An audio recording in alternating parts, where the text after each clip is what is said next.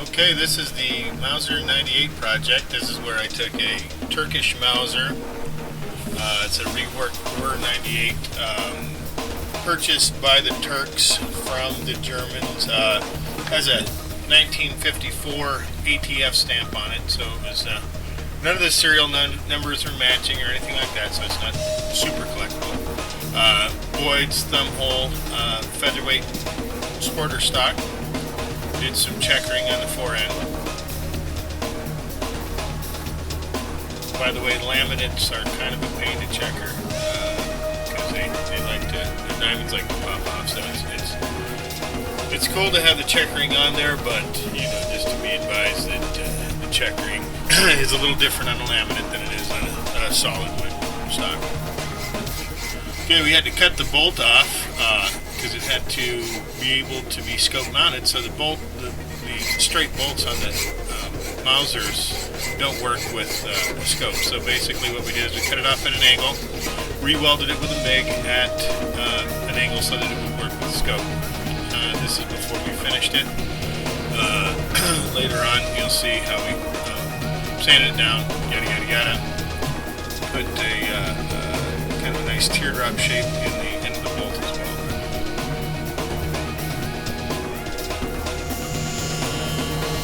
Okay, here's a little bit of sanding and polishing.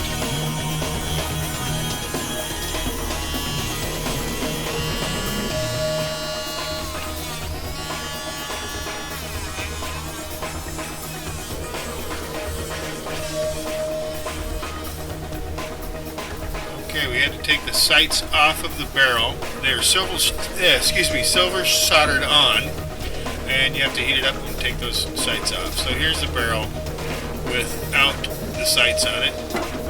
What we did is we put it into a lathe, cut the end of the barrel off, and re-crowned it using the same lathe. So you can get re-crowning tools as well that go on the inside of the barrel or into the lathe.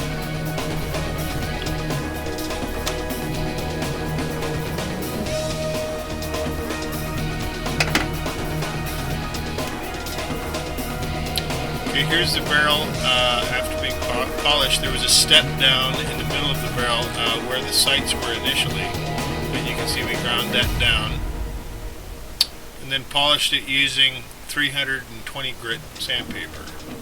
After polishing, we blew it using a hot, well, it's a cold blue, but it's a rust blue, so it's a Arts Belgian blue. So you basically heat the barrel up in, we used rainwater, then you put the bluing solution on, and then you have to knock off the rust with steel wool, very fine triple-aught steel wool, and then you repeat the process. So it's put it in the tank of distilled water, rainwater, what have you.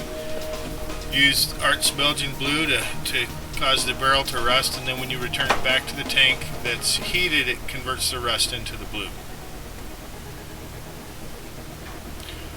2 wooden dowels were made for each end of the barrel, and then we did is we have our little holders there with wire, so then you can simply put it into the bluing tank. We built this bluing tank using just some sheet metal and braze, and filled in some, the areas with some body putty actually.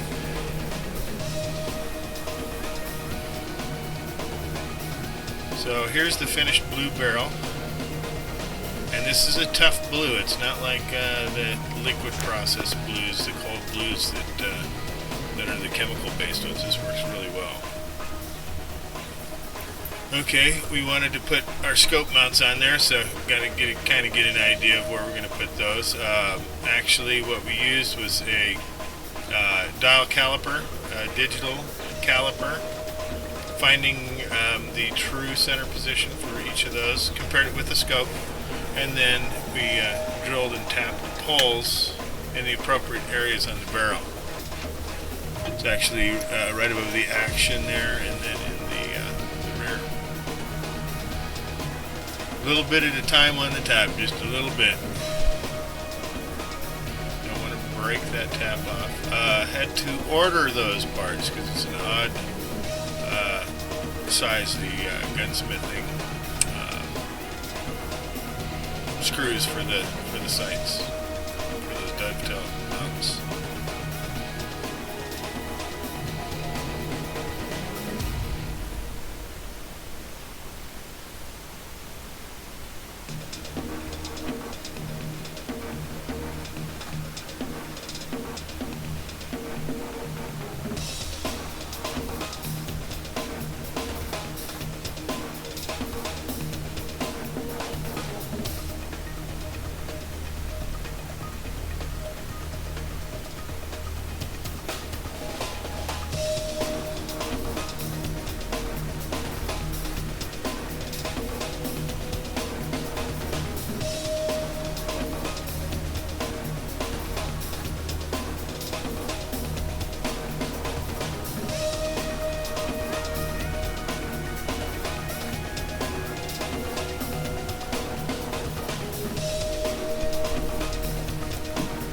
Okay, we got the featherweight stock.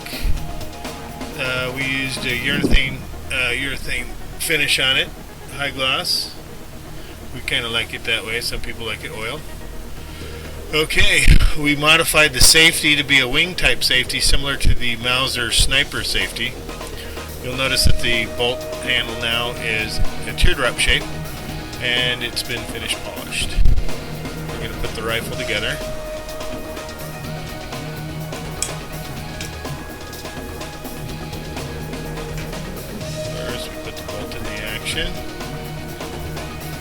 And then the barrel trigger assembly into the stock. Follower plate and the trigger guard.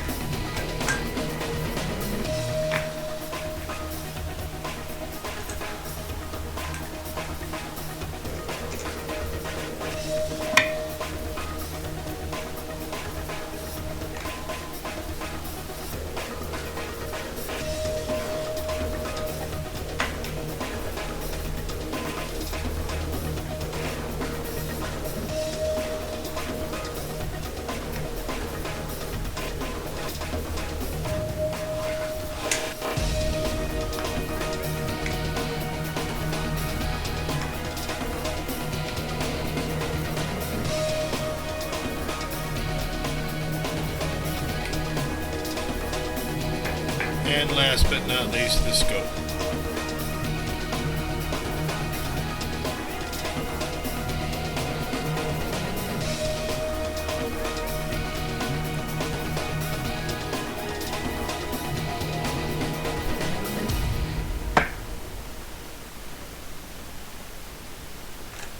Check the bolt for proper clearance next to the scope. Checking the safety. Goes both directions, so you have the bolt safety as well. So here's our final version of our sporterized Mauser 98, Turkish Mauser 98. A little bit different than when we started.